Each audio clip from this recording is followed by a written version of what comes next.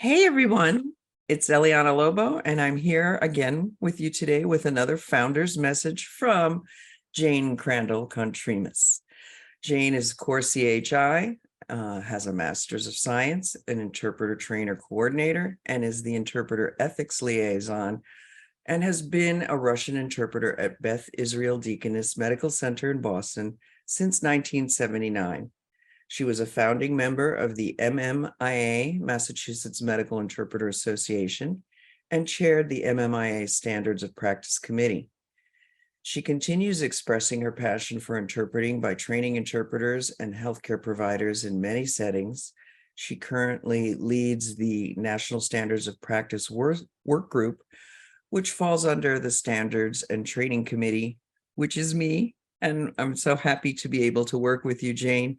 And for full transparency, Jane was also one of my coaches and trainers when I got my trainer of trainers of medical interpreters certification. So I am delighted to have you here with me today and to share some of your thoughts with our members about how things got started and how you got started on this journey. So welcome, Jane. Thank you. Thank you. I want to ask you about, can you speak to a couple of items, 2 or 3 things that propelled you on this path towards linguistic equities? Well, several things in my life fell into place for this. When I was a child, 6 years old, my family spent 6 months in France, and I did not speak French. And that was really quite an experience for me. So in fact, at one point, my family decided that looking back, I'm thinking, at 6 years old, how could they have thought this? They thought it was okay to send me to the croissant shop for breakfast, to buy a breakfast of 4 croissants for the family.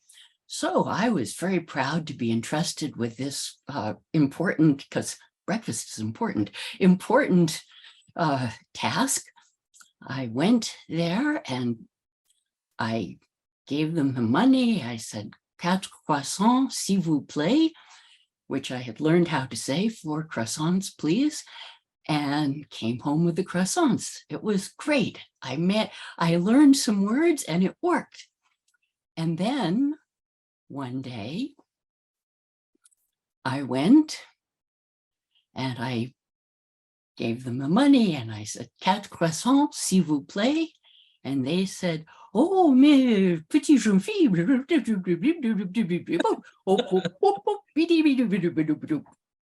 Needless to say, they were actually speaking French, not bebopping, but I didn't understand at all what was going on. So I said, 4 croissants, s'il vous plaît. And they answered me again in lots of words I couldn't make head or tail of. 4 croissants, s'il vous plaît. Well, the person behind the counter took pity on me. He said, come on with me, took me by the hand, walked into the back, lifted me up and opened the oven so that I could see the croissants were still baking. So I went home and I told my parents I had gone too soon. I had to go back later. But that was certainly a formative experience of realizing how important language is. You really need to know the language of the people you're speaking to. And then, so that was part of why I majored in Russian and graduated, and I got hired to be a Russian interpreter. And this was a very long time ago. So at that time, people thought anybody who knows another language is obviously able to interpret because you know 2 languages, that's all it takes, right? There was no training. Um,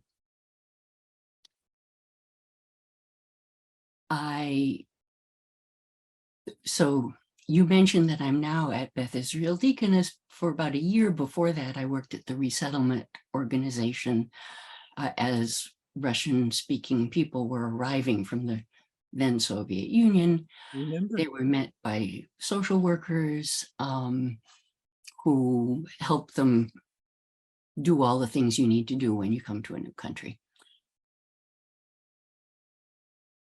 And I did the best I could to interpret.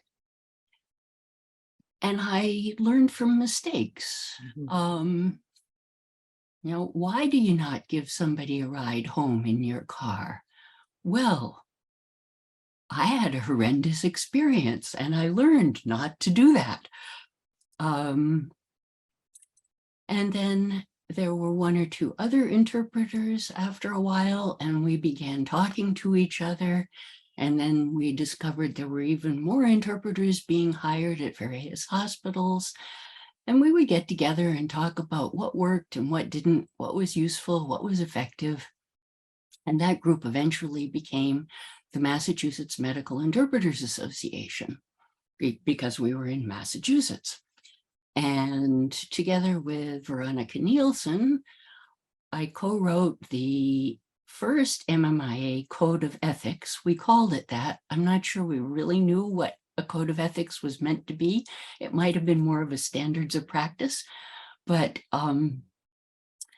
we did that. And then at first I was on the MMIA committee for standards of practice. And at some point I became chair and met Maria Paz Avery, and we all collaborated to finalize the standards of practice, which, because we were all in Massachusetts, it was the Massachusetts Medical Interpreters Association.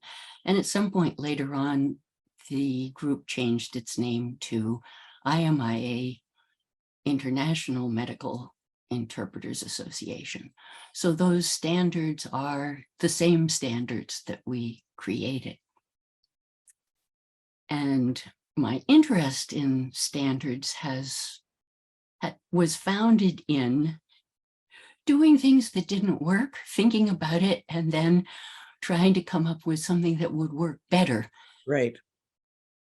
And I think my interest in training interpreters comes from wanting to save them the same misery that I went through. If I can tell you, yeah, don't give someone a ride home in your car, then you won't have to live through what I lived through.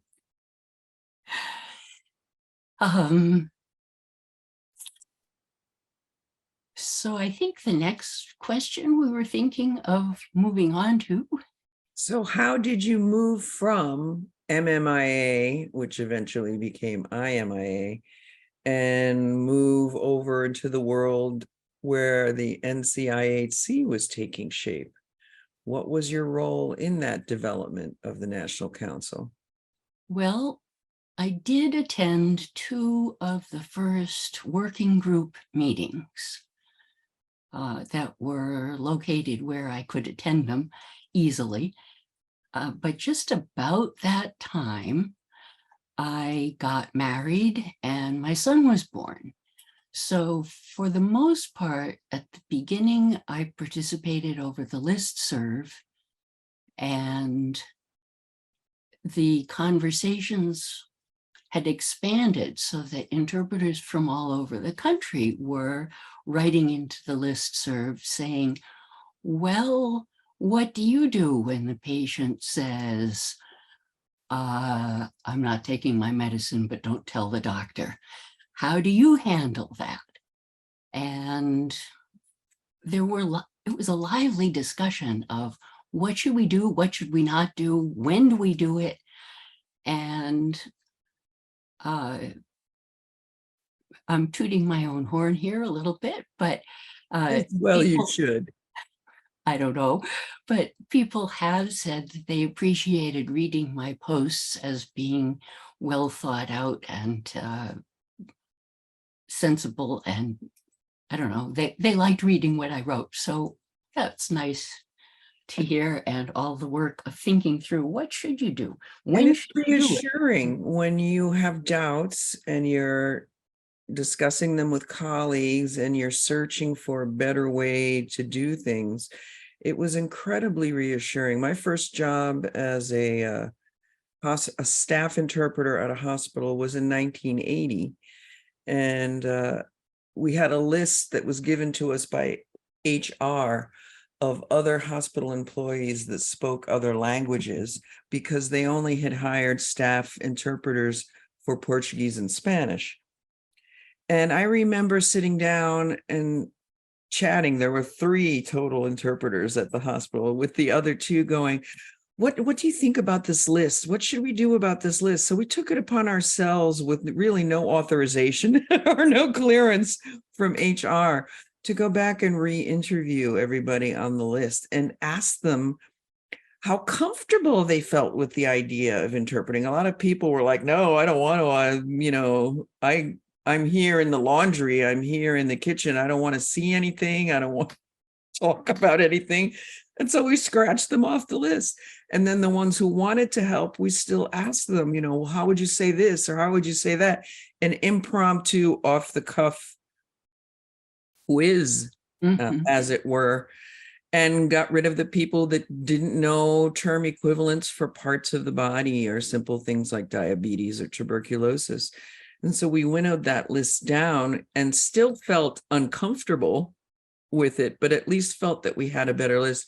And we were so reassured when standards were published and code of ethics was published, and then we could take that back to our bosses who were English only and say, look, we really need to do XYZ. But the recognition of the same struggle that we were all facing, and then some clarity on the best way to act, was really incredibly helpful for everybody out there struggling to do the job of interpreting with no guidance, right? Most of us back then graduated, with a degree that had a language that was related to comparative literature or Renaissance studies or something that was not. You had to go to Europe to get training as a translator or interpreter. Now in the US, there are some options, nothing really at the PhD level, but we finally have bachelor's and master's degrees,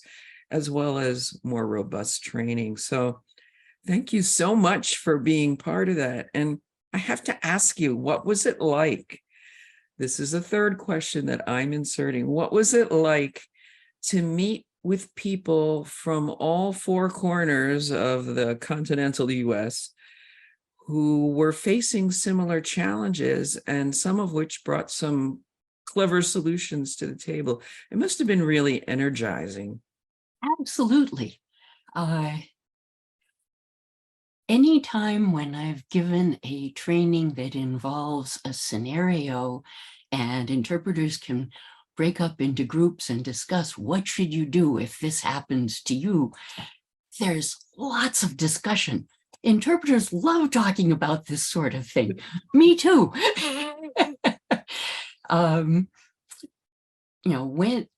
When do you, what do you do, when do you do, why do you do it, and in doing whatever you're doing, are you respecting the patient and the medical provider at the same time and not tramping on other people's responsibilities, roles, and autonomy? They have their autonomy. Important to say, because language access isn't just for the person whose first language isn't English. It's also for everyone else who comes in contact with that person. It's more than a two-way street. It's a very busy roundabout. Absolutely, absolutely. And some of the questions are still ongoing. One I was thinking about when you said you'd like to interview me, and in some of the discussions I've been having recently, as we on the National Standards of Practice Work Group are beginning to be ready to review the standards of practice and come up with a questionnaire to get feedback from people all over the country, because it's been a while since it was published based on feedback from all over the country.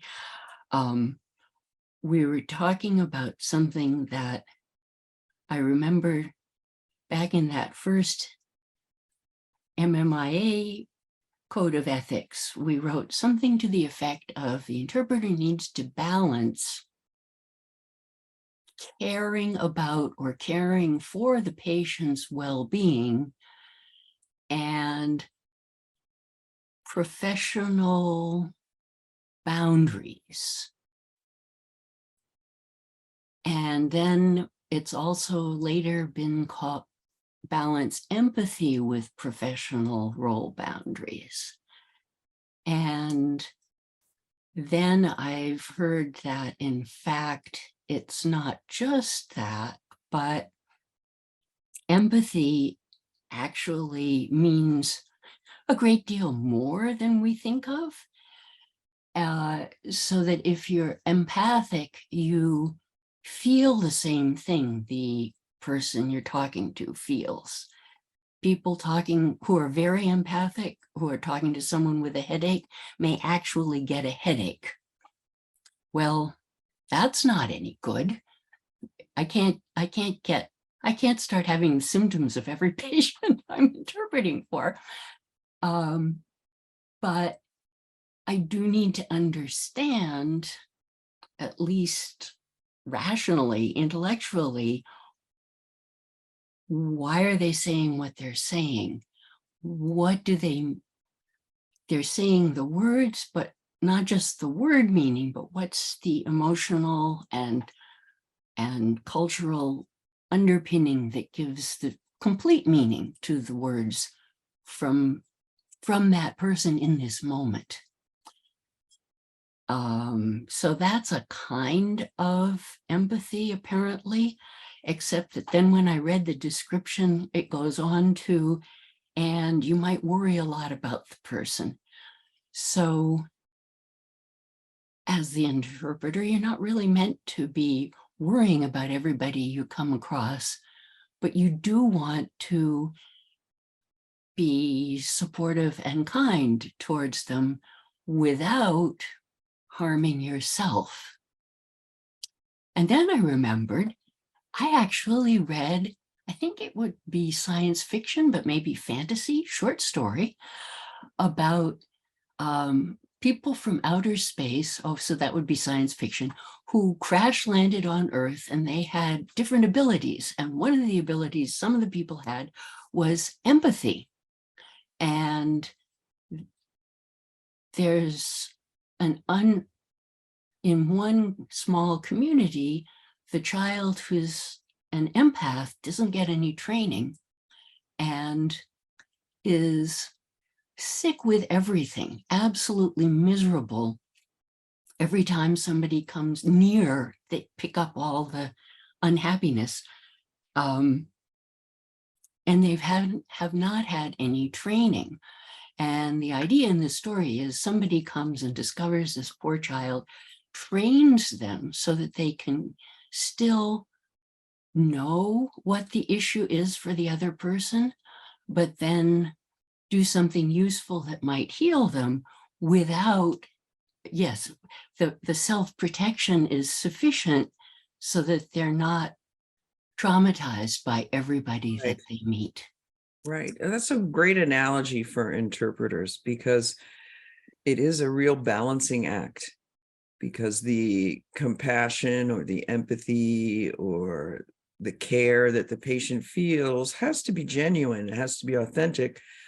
But telling all of the stories in first person, I felt like this, and then this happened to me, and they're all negative experiences, you have to be proactive in a way. You have to have something that you purposefully do to discharge everything that has passed through you, so that you don't carry it home in feelings or in symptoms. You feel sick, you feel tired, you feel depressed, so that it doesn't affect your quality of life with your friends and family.